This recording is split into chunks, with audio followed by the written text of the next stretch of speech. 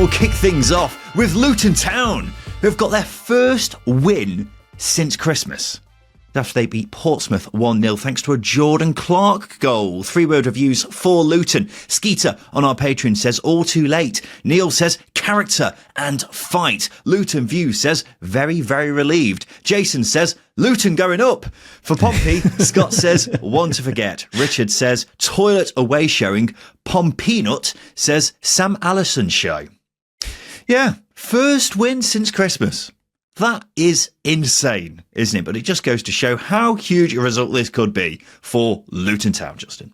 Are Luton, is it mathematically impossible for them to win promotion now? Oh, it must be, surely.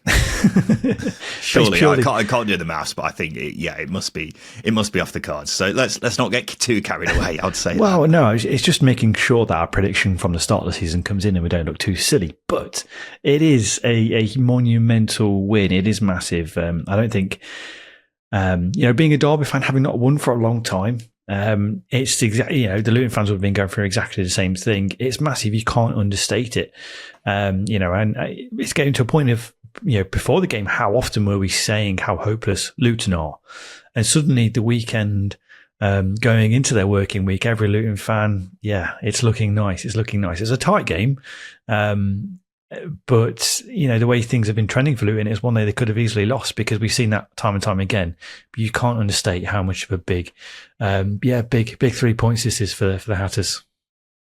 Yeah, it wasn't a top-class performance by any means, was it? But I don't think anyone associated with Luton Town cares. They just quite clearly needed a win, and that could have been an own goal off a Pompey player's arse. It could have been, I don't know, the ghost of Harry Cornick. Luton just needed to end this horrendous run in any way possible to give them chance to just lift morale, really, isn't it? And they could have conceded right near the end after Conor Ogilvie missed a free header for Portsmouth, and Pompey also had a very good case for a penalty turned down for a handball, although Luton had a penalty claim of their own late on, but they won't care. I've actually seen both sets of fans complaining about the referee for this one, Sam Allison, in this game, so make of that what you will. However, he did get hit straight in the face by the ball, properly smashed at him as well, wasn't it, Justin? It hit him like square in the face and he didn't react until it just connected with him. And it's one of those great rare sights in football, isn't it? An outfielder in goal, a goalkeeper having the ball at his feet after going up for a corner, a referee having the ball smashed at him. It's just beautiful. It's comeuppance for every fan, isn't it? And I respect referees, but it's somewhat poetic seeing it happen, because as a footballer, we get hit all the time. I say we, everyone who plays football, you get hit with the ball quite a lot. Very rare that a ref does, because they're not in amongst it. So for them to be clipped once or twice a year, if we're lucky, say that. It's a non-aggressive way of being like, get some of that. You sort of, fist pump by your side and then you get on with it. I do want to say though, they're the pantomime villain, aren't they? They're the pantomime villain. When they eventually get something go against them like that, it brings a bit of joy into every football fan's heart. In the most respectful way. In the most respectful way possible. Have some of that, but shake your hand after. It's worth pointing out that I don't know whether the Luton fans are pointing to the Jordan Clark incident as a potential penalty, but I think Sam Allison getting clipped in the face by the ball potentially turns his attentions away from Jordan Clark being tripped in the box and therefore him not getting a penalty, because that happened straight after the clearance. So maybe something to do with that. I don't know, because he was focusing a lot on it, wasn't he? And that's when he got the ball straight in the face, because he was focusing so much on that incident. So who knows? But look, let's get serious, Justin, because this result, could it be a turning point for Luton Town? They're off the bottom of the table, still 2 points from safety. But what do you think? Yeah, I know I was joking about Luton being amongst promotion, but I don't think we can say anything until the next game. Consistency is the turning point. A win isn't. The win's relief. It's relief. It's weight being lifted off of you, and it gives you the confidence and the chance to drive forward. So this 3 points is monumental. But I'm not going to say it's a turning point until they start backing up wins with wins or going on an unbeaten run. We saw it all too often under Rob Edwards, where they'll pick up a win and then literally play poorly, and it's back to a bumpy ride the following game. So for Matt Bloomfield, it's a case of instilling that mentality that this win was hard earned. It was a difficult game. wasn't a lot of chances in it. It was scrappy. The goal that Jordan Clark scored was scrappy. But like you said, you take what you get and you run with it. But for me, it's about backing that performance up in the next one and going again. There has been a nice trend for Luton of late in terms of starting games relatively quick, but we need to see it a little bit more often and a little bit more consistently. And then we will start to pick up points and results because they've got good players. We know they do. Yeah, if it was a significantly better performance from Luton, I'd be feeling very encouraged, but it wasn't really. The difference between the two sides ended up being a very scrappy goal, which sort of just fell to Jordan Clark after a bit of a mess at the back for Pompey. And I'm not saying it won't be a turning point for Luton. I would say it's more of a let's wait and see kind of thing, because I don't think you can underestimate how much of a difference this could have had on morale, confidence, etc. All those things. They just needed to get out of that losing habit, didn't they? And now that they've done that, how do they build upon it? That's the big question now. And a good start would be by not being so shocking away from home, because they've got 2 away games coming up next, including Burnley. And they've got to build upon this because time is very much running out in terms of their survival chances, isn't it? So this result won't be a turning point, but it could be the start of one, though. However, that's a pretty big could as we sit here right now. A disappointing result for Portsmouth, though. They've lost 9 out of their last 10 away games, which is pretty dire, isn't it? Having said that, they're still looking very secure as far as their safety is concerned. 8 points clear of the bottom 3. They have had a fair bit of bad news this week with injuries, though, because their 2 new centre-halves who they signed in January are essentially missing the rest of the season. Now, Rob Atkinson is out for up to 8 weeks, whilst Hayden Matthews, who's the Australian they spent a fair bit of money on, is missing the rest of the season. So, yeah, they've had a fair bit of bad luck with injuries this season, haven't they? Callum Lang's another one out for this season. A few others missing. It's not ideal, is it? It's not ideal. I'm a bit nervous about these injuries to Atkinson and Matthews, because I think they've been a very important cog in Portsmouth's pick-up in performances. They have been superb. And obviously, when you're going away to Luton, these are the games you don't want to be losing. And I know it was a tight game and it was on edge, but it does make me start to worry about them being dragged into a dogfight a little bit. Do they have enough defensively to get out of it? You've got Marlon Pack dropping back into the back line again. Does concern me a little bit. I did think he had a pretty decent game against Luton, but it wasn't a game full of quality, so it's really hard to take too much away from it. So yeah, there's a nervousness and a tentativeness from me about Portsmouth's survival with those 2 being injured. I don't know about you, Ryan. I'm not as worried because they have got Conor Shaughnessy coming back. Yeah. So that'll be a big boost, because every time he's been playing for Portsmouth this season, I've been very impressed with him. I think we have got to remember Portsmouth have got one of, if not the smallest wage budgets in the Championship. So they'll feel these injuries a lot more than most. But I think they are in a good position now. Probably, in fact, just a couple of wins away from securing safety, actually. So if they had these injuries a few weeks ago, I would be massively concerned, but I don't think it should be as much of a concern now at this stage. But look, they still need to get safety over the line, don't they? And that's the main thing that we will say. Leeds, they fell to win at Ellen Road for just the 2nd time in the league since September. It's after West Brom held them to a 1-1 draw. 3-word reviews for Leeds. Tom says, point will do. Darren says, we looked flat. Paul says, optimistic yet worried. For West Brom, Daniel says, trying to win. Gemma says, determined, disciplined, deserved. Suraj says, what a header. Herbert says, Leeds bottling it. What a result for Tony Mowbray's boys, Justin. Yeah, it's a great result. Great performance as well, I thought. It wasn't swashbuckling football from either side at times, but I thought it was a hardy, resolute, disciplined away performance from West Brom. Because Ellen Road's a hard place to go and get something. They've only dropped points in 4 games at home, including this one, all season. So it tells you how tough it is. And I thought West Brom grew into the game nicely. They started slow, probably gave Leeds a bit too much respect and ranked up the pressure. And, I think the draw for me is enough of a reward for them nullifying Leeds. I think other than Dan James actually hitting the bar from what I would say is a speculative shot, I thought West Brom kept Leeds at bay, and that's saying something because they have been such a good team at attacking Leeds. That is, I was saying in the preview show that you need 3 goals to beat Leeds. And obviously, West Brom didn't here. They rode the pressure moments well, and they looked a threat on the counter, and that's all you can ask for going away to Ellen Road. Well, considering Leeds managed to find a way through Sunderland and Sheffield United in the last couple of weeks, that goes to show how tough a job it is holding them off like West Brom did here, and that's why it's a brilliant result. And it was a brilliant performance. They actually had a couple of moments where they could have won it in this game, so it was superb from them. For Leeds, though, I don't really know how I feel about this result from their perspective, because they're not going to win every game, are they? They are the best team in the league, but they're not machines. And West Brom are a very good side with a very good manager, but Leeds didn't exactly have clear chances to win it in this one, and Daniel Farke even admitted Leeds could have been more assertive. So I think it is a bit of a disappointing result considering the head of steam they've built up with the last few wins against, obviously, teams around them. Not saying they're not going to win the league or get promoted now, because I still think that's very much the case.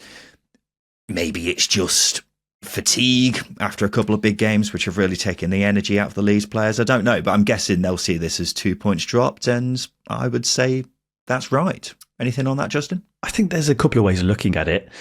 I think if you look at it from the perspective of Leeds being ahead and them conceding a really poor goal, because Darnell Furlong's unmarked at the back post, and the header is such a weird header. It's very hard to describe, isn't it? You get so much height. Header. Sorry? It's a brilliant header. It doesn't feel like it wasn't a bullet header. It was very lofted, wasn't it? It was, he headed it very high into the air, Darnell Furlong. I think it should have been dealt with a little bit better. It should have certainly been marking him, because he shouldn't have had a free header at the back post. As simple as that. So there are ways of looking at it. You go 1-0 up, you can see the sloppy goal, and then you struggle to get going after. Yeah, it's 2 points dropped.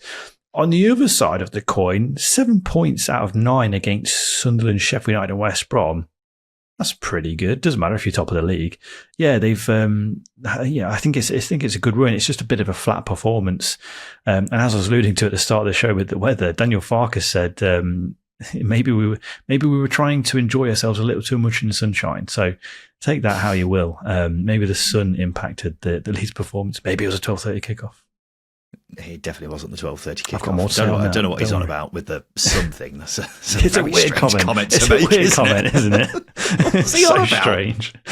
He lost his mind. I know. What on earth is going on? Heat stroke. That's what I'm saying. Well, if you want even more bizarre comments, Justin, this really annoyed me from a Leeds perspective. Junior Firpo coming out afterwards and saying only one team was looking to win this game. Now, the thing is, it's not the first time a Leeds player has said similar to this season, is it? And look, firstly, you could argue West Brom actually had the better opportunities in this game. Secondly, though, even if they weren't looking to win, why should they? They're going away to the strongest team in the league. One team has won at Ellen Road this season. Why on earth would West Brom go there looking to win? A draw is a great result for West Brom. They should be delighted with it. And the Leeds players surely know this, so I don't get why on multiple occasions now this season they insist on whining about teams playing for a draw against them. It's going to happen. Yeah, they should be whining about not picking up better results against teams that do sit back and play a low block. That's what I would be whining about. I hate that type of comment as well. It's pointless. It's arrogant. It's so fucking arrogant. I hate it. It genuinely, really grinds my gears. And like you said, we've heard it multiple times from multiple Leeds players. Joe Rodon's and one that comes to my head quite quickly. But look, if you can't break a team down, that's not down to them not going for the game. They're trying to win the game in their own way. And West Brom pushed it really, really close. There was a moment where Adam Armstrong was through on goal, and it was a bit of some messy defending, and Pascal Struijk had to clear the ball in the end. So West Brom had their moments. Leeds weren't great here. You don't need to say anything, Junior Firpo. Simple. Yeah, I completely agree with everything you say there, Justin. If anything, it's a sign of respect that Leeds are a very good side. This is such a compliment as well, I think, that teams are going to Ellen Road and sitting back and fighting for the bloody lives, because that's what you've got to do, which means you've got to do a little bit extra to win it. So I think Junior Firpo coming out and saying that, and other leagues coming out and saying it in previous games, I think is just, I wouldn't say it's pandering to their own fan base, but it's softening what was a flat performance, I think. It's as simple as that. Yeah. I mean, Daniel Farker pointed to it by blaming the bloody sunshine. So there you go. Yeah. Yeah. I agree with everything you say there. Well, if Leeds do go up, I look forward to them trying to win every game in the Premier League next season, because I'm assuming they won't be guilty at any point of trying to play for a point at Liverpool or Man City away. So based off what they've been saying. But yeah, look, Leeds still top of the table, 3 points clear of Sheffield United in second, 8 points clear of Burnley in third, who have a game in hand. Worth mentioning, by the way, 8 of Leeds' final 11 games are against sides in the bottom half. So when we talk about Leeds probably looking like they should be getting automatically promoted and winning the league at this stage, that's another reason why. A great result. Go on, Justin. You're gagging to say something. What were you going to say? 4 of their 11 games are lunchtime kickoffs. For God's sake, really wish I didn't give him a chance to speak there.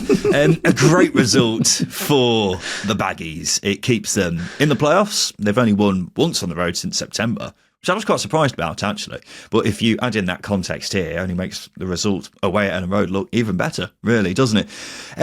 But not so great news this week, because West Brom announced this week that they made a £34 million loss in the 2023-24 season. £34 million, blooming heck. West Brom owner Charlene Patel has already warned further losses are expected for this season as well. And that is an eye-watering amount of money, isn't it, Justin? I suppose it is worth remembering West Brom were put under an EFL-imposed business plan at the start of the season for this very reason. But when you actually hear the figures, it is shocking, isn't it? It's rough. It's, obviously it's the previous year, so they are heading in a direction that isn't a black hole financially. Yes, they might lose money once again next season, but I would expect the losses not to be as significant as that, because they have really, really slashed the wage bill. And, with the greatest respect to West Brom, they're probably going to be a selling club this summer. But I think that's a positive, because if you look at years gone by, they've put themselves in a position recruitment-wise where they've assembled a squad that is aging and perhaps overpaid, swollen from in the Premier League. So they've not had a huge amount of assets to sell on in previous years. But you look at the squad now, they've got Price, Jason Malumbi, Hegum, Mikey Johnson, Tom Fellows.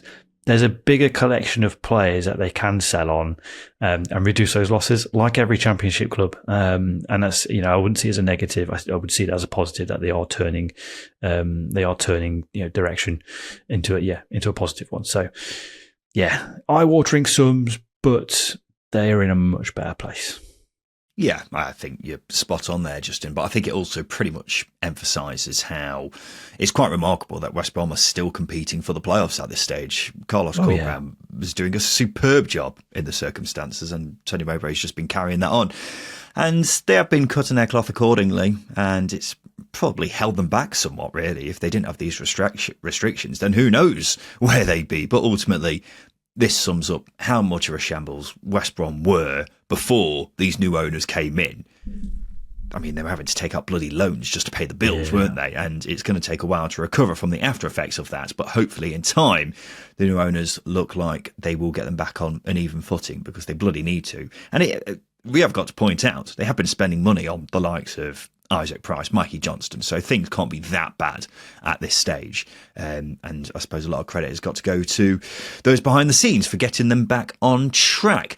We're about to have a break, Justin. After that, we'll talk about Sheffield Wednesday v Sunderland, but we'll have a quick look at how our picks got on from Friday's preview show, brought to you by SBK, because our bet builder was on Sheffield Wednesday v Sunderland, and a £10 stake was due to return £177.50. We had Sunderland to win, which came in. We had both teams to score, which also came in because it finished 2-1.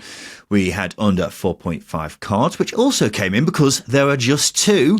We also had Wilson Isidore to score any time, and that was voided because he didn't start. So we won. We won. We won. We won. We didn't win the whole £177.50, but A win's a win, Justin. A win's a bloody win. And that's all that matters. Like Luton Town, we take them as they come. We go into next week. Get in there. We'll take any W that comes our way here on the Second Tier Podcast. On to our multiple, where a £10 stake was due to return £224. We had Sunderland to win, which, as we say, came in. Middlesbrough to win, which also came in. But we also had Leeds and Portsmouth both to win in the aforementioned games, so no luck for us there. But the Bet Builder came in, ladies and gents, and that's all we care about. We'll take any W like that. However, we'll be back with our next round of picks in this coming Friday's preview show, brought to you by SBK. Justin, we'll have a quick break. After that, we will talk about that Sunderland Sheffield Wednesday game and also another loss for Derby Bloody County.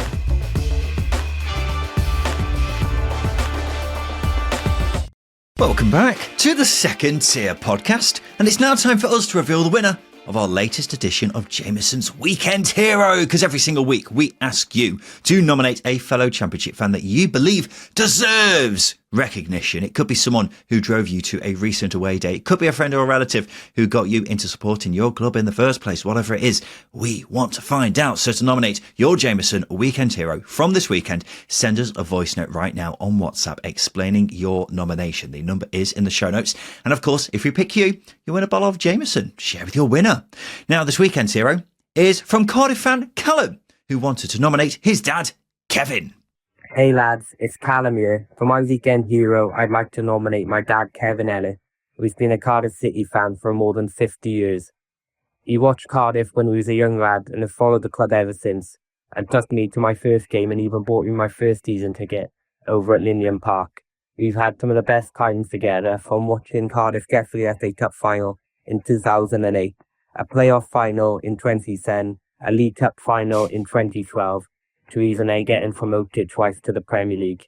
We're obviously struggling at the moment, but I wouldn't have it anyway, and I'm so grateful that he took me to my first game all those years ago. I really enjoy that, Justin, because we like these father-son entries, don't we? They're always good value. Yeah, absolutely. So it's a lot of gateway into supporting a local club is going with your dad. And I think, Callum, he obviously didn't mean it this way, but almost bragging about the amount of success Cardiff have had is ridiculous, isn't it? But, getting to experience every single moment of that with your dad I imagine is very special. I've been to a few playoff finals with my dad, and they're miserable experiences, not because of my dad, but because of the outcome.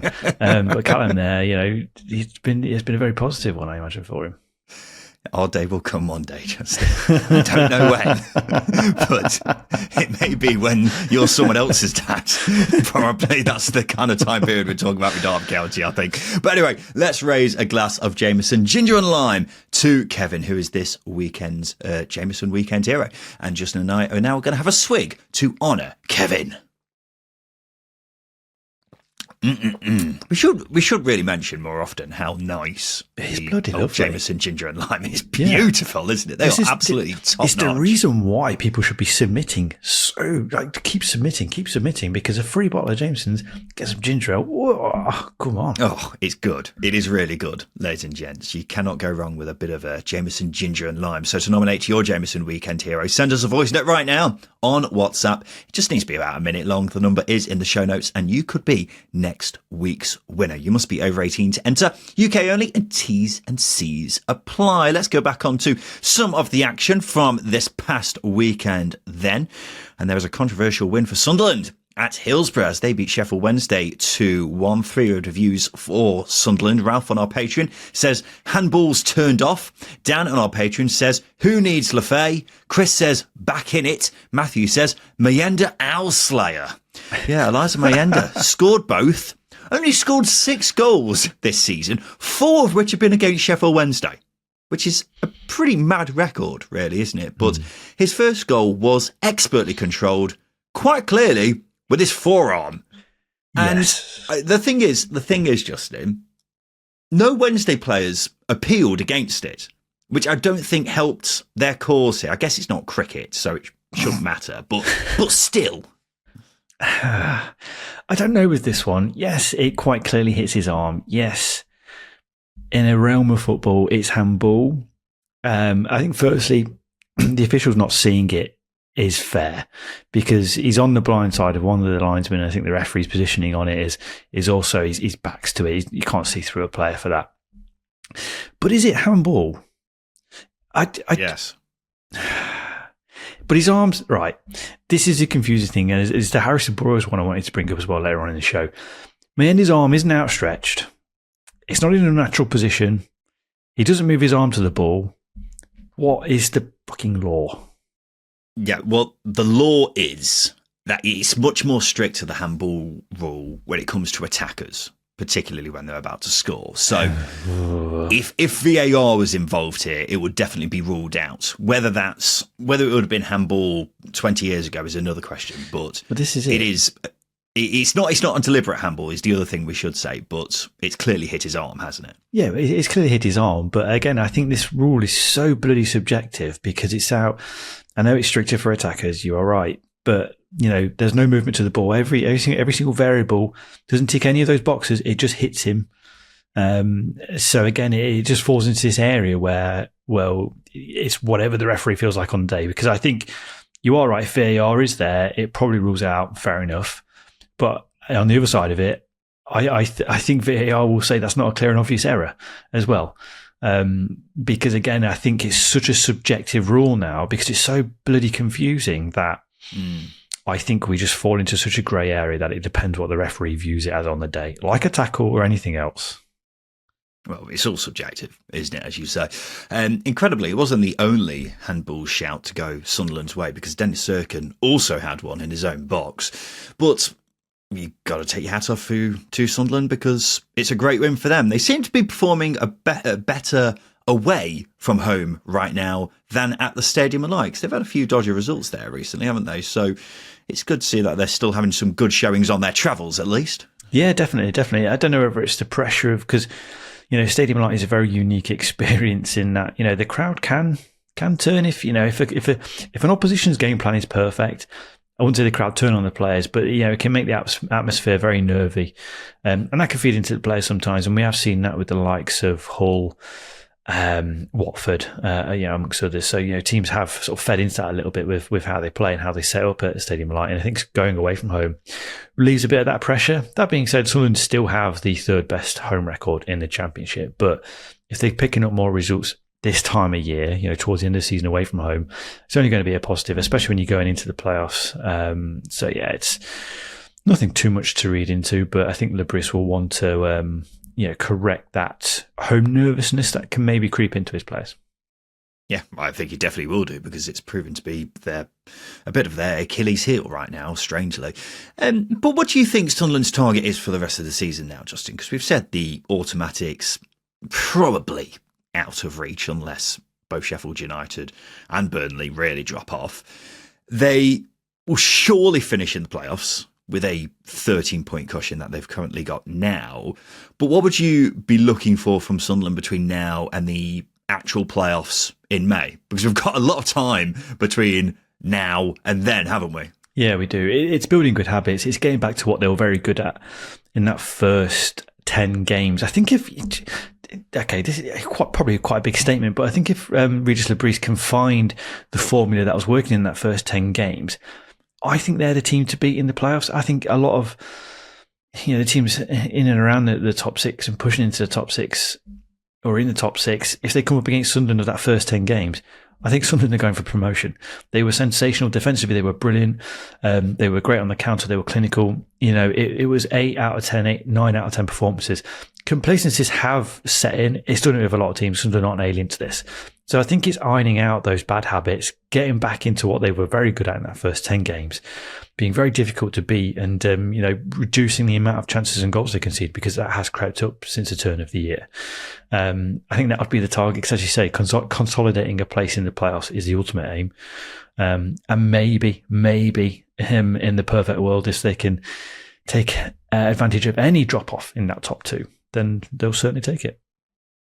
I agree with everything you say there, just now. I don't disagree with you either about them potentially being the team to beat when it comes to the playoffs, because they'll certainly fancy their chances. I suppose all you can really do is just build up a head of steam between now and May, because they have dropped off recently and that's cost them. So The target simply has to be build up form again in these last 11 games. Now, that is easier said than done, particularly because you haven't got that kind of carrot dangling in front of the players now, like a top 2 place. So that's the task for Labrie, to get these players as motivated as possible and winning games against teams who potentially have a lot more to play for in these coming weeks. So, I mean, it's quite a unique position, because I can't recall too many teams who have been destined to finish slap bang in the playoffs with more than 10 games to go, but that's basically where Sunderland are.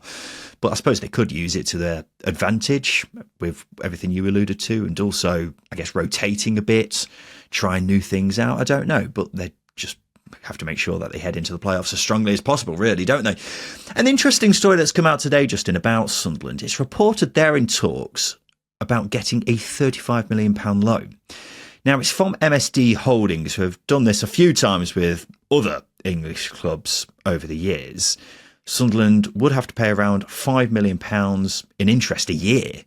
It's said to be because they're still seeking funding from the American group who previously had money in the club. But it's a bit surprising hearing this about Sunderland, Justin. I definitely didn't really understand it when I first heard it. I'm not too sure about it now. Yeah, obviously, I'm motive-wise, it's hard to tell. We don't know an awful lot of detail, obviously. So it would be good to have clarity on this from the board, from those that do communicate well with the supporters, like Speakman, the sporting director, for example. You know, is it to invest in the squad? Is it to invest in the infrastructure? Because honestly, the interest is not worth the trouble. It's very short-termist, isn't it? £5 million. It's a new, very expensive player every season. And a team in Sunderland's position where they invest very well in younger players, develop them, and create a high, decent amount of value there. Is there any point in this? But is it to invest in the squad quite heavily? Is that what they're looking at? If they do get promoted, for example, the MSD side of things, I'm not confident. They've obviously lent money to the likes of Derby and West Brom in the past. Southampton are another one, Everton as well. So several teams who have had financial issues. The interest is very high. Not worth it for me. Yeah, I get what you're saying, Justin, but surely Sunderland don't need to take out a loan when, first of all, they could be in the Premier League next season, and also they have plenty of players who you would expect to be the subject of a fair bit of interest in the summer for a lot of money. Yeah. So it seems very strange that they've felt the need to look into taking out a loan. So I don't know what's going on here. I don't think Sunderland fans should be worried, but it's an eyebrow raiser, to say the very least. Sheffield Wednesday, their playoff hopes have very rapidly faded, haven't they? It's 3 losses in a row for them, just 2 wins in 10 in the league, and they're now 13th, 7 points off the top 6, which isn't a huge gap, Justin. So I wouldn't say it's over for them, but it's obviously looking very unlikely at this stage. Yeah, I think so. Squad looks beat, doesn't it? It really does. I mean, Maxlow went off with an injury. Callum Patterson, I think, limped off as well. And with the greatest respect to Callum Patterson, when he's your starting striker, who I thought led the line brilliantly against Sunderland, it does show your options are depleted. So I think with Sheffield Wednesday, I think this is just an example of pretty poor squad planning from the club. Not blaming Danny Rule, because we know the problems he ran into in terms of communications with the owner. To leave it there. So yeah, for me, it's just down to a squad that is lacking in numbers, lacking in quality in certain areas too. So yeah, I certainly think the playoff hopes are dropping off quickly, or gone actually.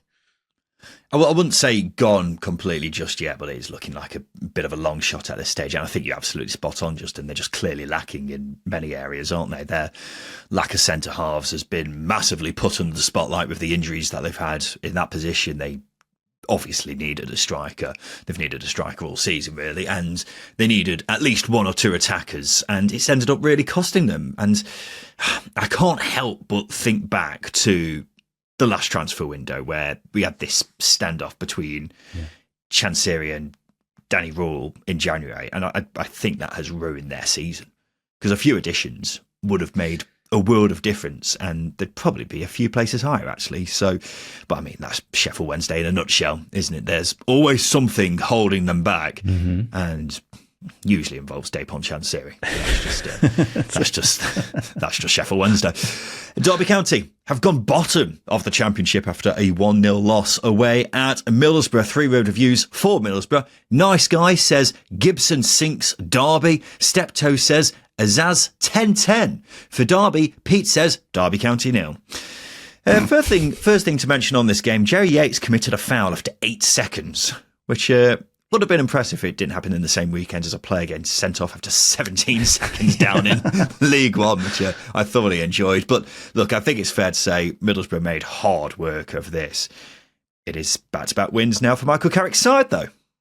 Yeah, it's a confidence-boosting result, I think, because to Derby's credit, they were stubborn, but Borough showed a lot of endeavour. They played some really, really nice football at times, and I think if, how many times we've said this season, if they were a little bit more clinical, maybe they could have been home and hosed a little bit sooner than they were.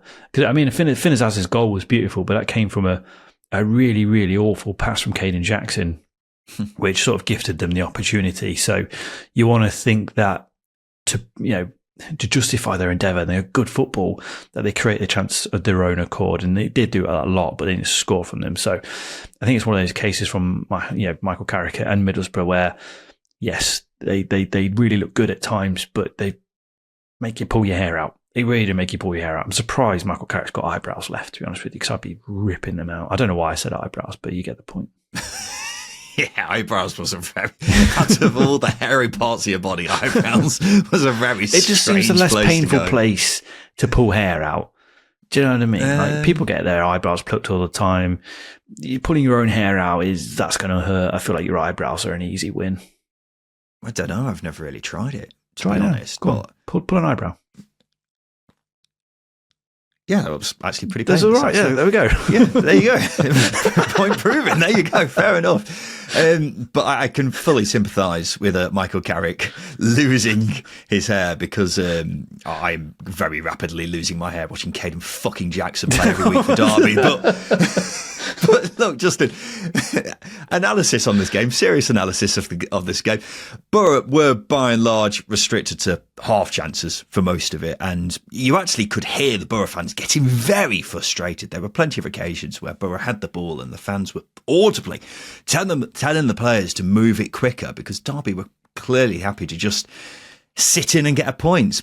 They did get there eventually, Borough, and they'll definitely take it considering what their form was like heading into this week. For Derby, though, it's so strange because I think this was actually one of their best performances I've seen from them in a while because they battled, they gave Borough a really tough game, but even then, they only managed 5 shots, only one of which was on target. And that just perfectly sums up the level Derby have been at recently. That this was one of their better showings. Yeah, it's crazy when that's a positive, isn't it? It's kind of weird. Aside from the QPR game, Millwall, I saw some sparks. I saw some nice play, some nice endeavour, if you like. I know I've already used it for Borough, but it's been a huge uplift than what Derby fans and myself were seeing under Paul Warne, because this team is trying to punish opposition. They are certainly riding their luck. But I don't think the confidence is there. And that for me, big statement time. I think I've said it before this season, actually. This is the worst Derby team I've seen in my lifetime. There's no question. Championship level, considering you were in League One. Say we. Yeah, no, I think it is outright the worst team I've seen in my lifetime. I mean, the Premier League team was bad, but at least it was interesting. And they had the moments. But this team just looks devoid of any quality going forwards, doesn't it? It's actually probably one of the worst attacking teams I've seen at Championship level since we started covering the Championship on this podcast. And that's not a hyperbole of me, saying it as a Derby fan. They genuinely have got nothing going forwards. It's quite staggering, and I really do feel for John Eustace because he could have been in a really nice position at Blackburn. He's taken a risk, but what's it for? Because he's having to really sweep up a mess left by Paul Warne and his coaching staff.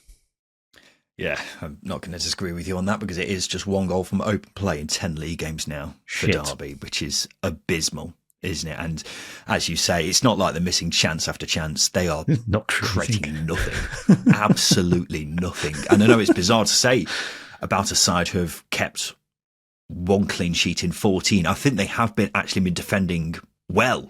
Yeah. And as I say, strange when they've only kept one clean sheet in 14. But the problem is, if you're not scoring, you're not going to get anything when you're still leaking goals. So that's why it's really not looking good for Derby County right now. And as we say, bottom of the league, just 2 points, won from 12 games.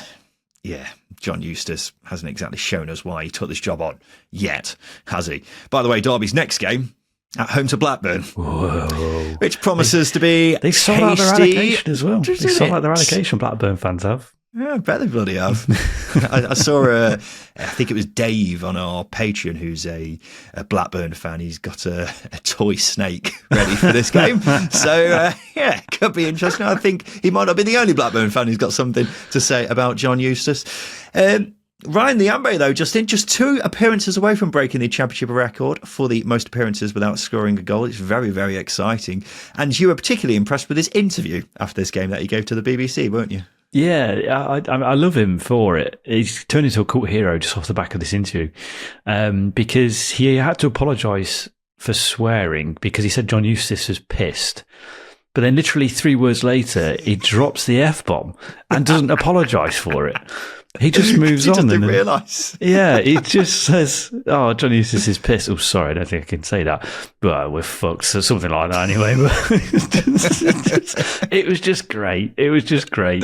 And yeah, if you're going to take any joy out of Derby's performances at the moment, it may as well be that. Yeah. It's good stuff. Really is. Sheffield United, they got a 2-1 win at QPR, which saw them make ground on Leeds. 3-word reviews for Sheffield United. Just a Blade says done and dusted. Simon says it ain't over. Yeah, Sheffield United, not at their best, but still getting the win. And not the first time we've said that this season about Sheffield United, but they absolutely won't care. Well, I think it was a good win in the grand scheme of Leeds dropping points. Sheffield United had to earn it as well. They really had to earn the 3 points there at Loftus Road. They had to bounce back from what could be described as a late collapse and an almighty kick in the Chris Wilders with that Leeds defeat. And the way they reacted, I think, was a positive. Sorry, are we using Chris Wilder as a metaphor for testicles now? Absolutely, yeah, because. I don't know why. It's just one of them. I'm trying to be creative with how to describe balls. You're saying he looks like a testicle. There's argument for it, actually. Now I'm thinking about it. Anyway, we've given him so much. We've not given him enough credit really this season, have we? No. That's what you get for a prawn sandwich brigade. Anyway. QPR's a hard game away from home. And Sheffield United were resolute in the second half. They managed it well.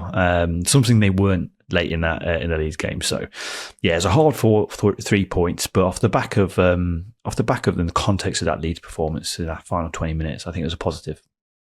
Yeah, they really showed their Chris Wilders in this game, didn't they? Because QPR were the better team at many stages, but Sheffield United held firm and QPR really struggled to break them down because they defended really, really well. Maybe on a different day they would have got punished because I don't think they looked after the ball very well in this one. Michael Cooper had to make a fair number of saves, but as you were alluding to, Justin, QPR have been very, very good at Loftus Road. 7 wins in their last 8 heading into this, and it's quickly become one of the most difficult places to go in the Championship. So when you consider that, you can probably let Sheffield United off for not being amazing here. You wanted to mention the Harrison Burrows handball, which was a penalty. Yeah, it's just going to be more of what I said about the Mayenda one. The Burrows penalty is not a penalty for me. It's this natural and unnatural thing. I just think it's complete bollocks. It's entirely subjective, as I was talking about. You can't use anything as facts. I feel like we need to simplify things because this one, Burrows, the ball's cannoned at him from 2 yards and it hits his arm that isn't outstretched. So what's natural and unnatural? I have no idea. But to leave on a positive, that Tyrese Campbell goal was bloody gorgeous. Yeah, he absolutely was, Justin. That was bloody gorgeous. Tyrese Campbell is probably goal of the weekend, actually, wasn't it? An absolute rocket on the turn, about 20 yards out. And I suppose it's worth us taking a moment to appreciate just how great a season he's had, because he was signed on a free transfer in the summer just before leaving Stoke. He had struggled with injuries and form, but Chris Wilder's really got his career back on track, hasn't he? Yeah, but that's what he's good at doing, Chris Wilder. He's really good at getting players back going. Look at what he got out of Mark Duffy all those years ago. Similarly with Chris Basham and John Egan. Yeah, there are countless examples of Chris Wilder turning players who were good, but making him very, very good. David McGoldrick's another one. He turned David McGoldrick into a bloody genius. McGoldrick was probably better before he went, or good before he went to Sheffield United. But my God, he is beautiful to watch, even now at League Two level. But that's what Chris Wilder is. What he does. He's good at bringing the best out of individuals who we know are very capable, but they've not done it for a while. And that's what Tyrese Campbell, that's the position he was in. Really poor end to his Stoke career, but he's had a good season for his standards. He's not scored a boatload of goals, but he's scored a lot, and he scored some important ones as well. You say that. He's got 7 goals for the season, which isn't a headline-worthy tally, but he's averaging a goal every 145 minutes, which is a really good tally. And if it wasn't for injury and him not being first choice earlier in the season, he probably would have even more goals. But the remarkable thing is, he's now keeping a £10 million striker on the bench in Tom Cannon, and Kiefer Moore on the bench as well, who's not a donkey by any means, is he? So that's a real testament to how good Tyrese Campbell has been this season, not just with the goals, because he is joint top scorer at Sheffield United now, despite only starting 12 games this season, but he's just generally very good at leading the line. He's been a revelation, really. Yeah. And this is a great example of what can happen when you give a player a chance to flourish. Obviously, he was getting chances at Stoke, but when you're surrounded by better players, better manager, probably a better environment too, it's worked wonders. And that's what we're seeing here with Tyrese Campbell this season. So it's successive home games for Sheffield United next against Preston and Bristol City as they try to keep the pressure on Leeds, but probably more importantly, try to keep Burnley at arm's length. So we'll see how they get on in the next week and a bit. And we'll finish off with a 5-goal thriller at the Kassam Stadium as Coventry beat Oxford 3-2. 3-word reviews for Coventry. Sky Blue Cal on our Patreon says the Lampard effect. Peter says the Lampard effect. Ruben says Frank Lampard effect. Ronnie says the Lampard effect. We get it all right. We get it's the Lampard effect. Stop going on about it. A crazy 18-minute spell in the second half of this game. There were 4 goals. Coventry missed a penalty and hit the crossbar straight afterwards. That was a crazy moment. Coventry's second goal, by the way, was extraordinarily shite. The Oxford players were not turned on at all and let Mason Clark slip in. But it was quite funny. Another win for Coventry, and it's the first time in over 55 years they've won 8 of their last 9 league games, which says a lot about how ridiculous this run is for Frank Lampard's side, Justin. It's the bloody Frank Lampard effect. Jeezy Peach. There you go. I still don't know what it is anyway. It is an incredible run of form. To our credit, we've praised Lampard a lot over recent weeks because he has made physical changes to the starting 11, formation changes. He's tweaked things to get the balance right. And you look at Jack Rodoni, who I think under Mark Robbins, actually no, a lot of players were underperforming earlier on in the season, so it's unfair to really point out Jack Rodoni, but he was a big disappointment in the first quarter of the season for the money that they paid, but now he's starting to justify their fee, not only with his quality on the ball, but he's clearly getting in the right areas as well. So you look at the personnel improvements that Coventry are having or going through. Bobby Thomas has been brilliant. Ellis Sims, I pointed out last week, who's really, his form's improved despite missing a penalty. Sakamoto looked an absolute menace here against Oxford. So him getting back to his best, I think is a really, really exciting thing. We loved him last season before he got injured. I think that's where things started to, I wouldn't say derail for Coventry. That's where form started to drop off as quality started to diminish because of his injury. Still got Hadi Wright to get back fully fit as well. So there's a lot of positives there for Coventry to really go through, and still to go through. It's just maintaining that form. It's a difficult thing to do. So if they can do it, more than deserving of a place in the top 6. Yeah, and we will continue to praise Lampard as we have been doing, Justin, but we'll still get plenty of stick from Coventry fans as long as it continues. And I'm sure that's going to keep happening as the longer this run goes on, because, you know, Frank Lampard is doing a bloody good job. As we have been saying that plenty of times, but yeah, and they are now in the top 6 as a result of this brilliant run of form. It's the first time that they have actually been in the top 6 this season, but considering their form and the fact that they are absolutely flying right now, Justin, you'd have to say, outside of the top 4, Coventry are well in the driving seat for a playoff place, aren't they? Oh yeah, strength-wise, you'd argue it, definitely. The quality of that squad is unbelievable. I keep saying it time and time again to remind people that we did predict Coventry to get promoted this season, and it's not just because of Mark Robbins. It's because of the quality of that squad. It's the quality of the individuals within it, and the recruitment that they have been going through since the likes of Gyökeres and Hamer were sold. There's a really good balance to the team, and I think credit to Frank Lampard, a lot of credit to Frank Lampard again for getting the balance right. That's the big thing. It's kind of ironic saying it off the back of this game because they lacked zero control in it. But it's another 3 points, is another win. As I've said about Leeds in the past couple of episodes, muscle memory becomes a thing, and I think that is genuinely that is truthfully the case here with Coventry. Yeah, well, we're basically repeating what we've said recently, and that is that it's very difficult for a team to produce a sustained run of form over a 20-game spell, which is what Coventry may have to do to actually secure a playoff place. But again, just to echo what you've been saying, Justin, this team is very strong. We've always said that, haven't we? Even when Coventry were at their lowest point in the season, and there were fans who were saying this squad isn't very good. Doug King has massively overestimated how good this squad is. We were saying that's not the case. And Lampard's just getting them producing, and boy, is he. And I will say again, I don't think they've been as good in this winning run in the last few games as they were at the start of it. But even then, they're still winning, and they're producing a run of form which we haven't seen from any side outside of the top 4 all season. So right now, you have to say they're well on course for a playoff place, and literally at the start of the year, that looked very, very unlikely. So fair play. A shout out for the Coventry goalkeeper Oliver Dovin, by the way, who was wearing a cap in this game because of the sun, which is a very nice throwback. Don't see that very often nowadays, do you, Justin? The old Chris Kirkland. You can't beat it. You cannot beat it. Why is Chris Kirkland the first person who comes to mind whenever you think of a goalkeeper wearing a cap? It's weird, isn't it? I don't know. Yeah. I don't know. I'm trying to think back to other goalkeepers. Carlo Cudicini's another one, I remember, wearing a cap. Okay. But Kirkland's the first one. No doubt about it.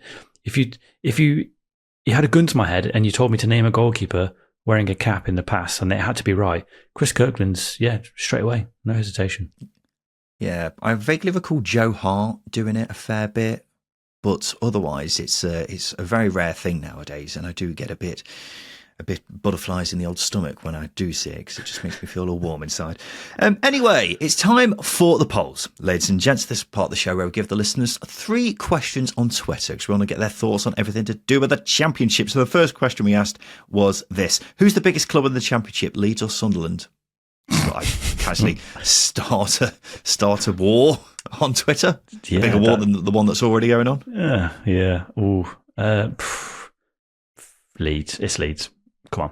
Yeah, I think it probably is Leeds. 62% of people said Leeds. 38% said Sunderland. What would you rather do? FA Cup semi-final or get a playoff place? Oh, playoff place. I'm sorry.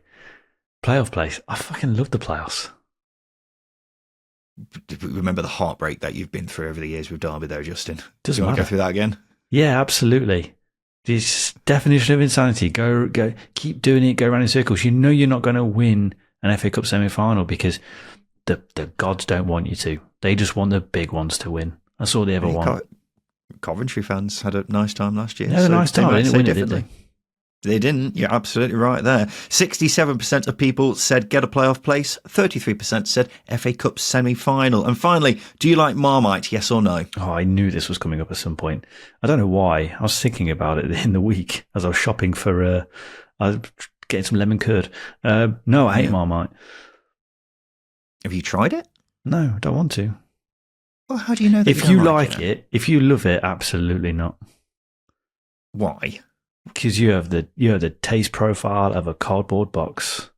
Well, first of all, I eat meat, which means it's much Good for better you. than your tastes. That's offensive. Well, shove it. But I bloody love Marmite. I would lick it off anything. And I mean anything. 66% of people said no. Disgusting. Disgusting that people said no, not that Marmite's disgusting. 34% of people said yes. They do like Marmite. Do they have Marmite abroad? I'm not sure they do. We may have our listeners who don't live in the UK who have no idea what Marmite is, but it's basically just a tub of joy. And I highly recommend you try it at some point in your life. You may absolutely despise it, but it's honestly the best thing this country has to offer. There we go, ladies and gents. This is another good thing to offer, the Patreon. Because if you are a subscriber to the second tier Patreon, make sure you don't go anywhere, because we've got the extended edition of the weekend show coming up, which we like to call Zamora Time. We'll be talking about a crazy final 5 minutes at Ewood Park, and we'll also have a run through the FA Cup action involving championship sides, including the surprising final second tier side still standing, a decapitation, and Justin Peach's unfiltered view on Steve Parish.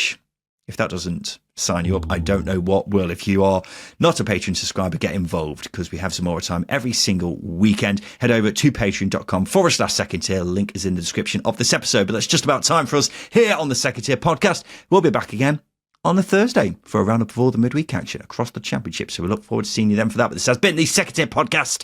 I've been Ryan Dilks. I've been Justin Peach. And a big thank you for listening.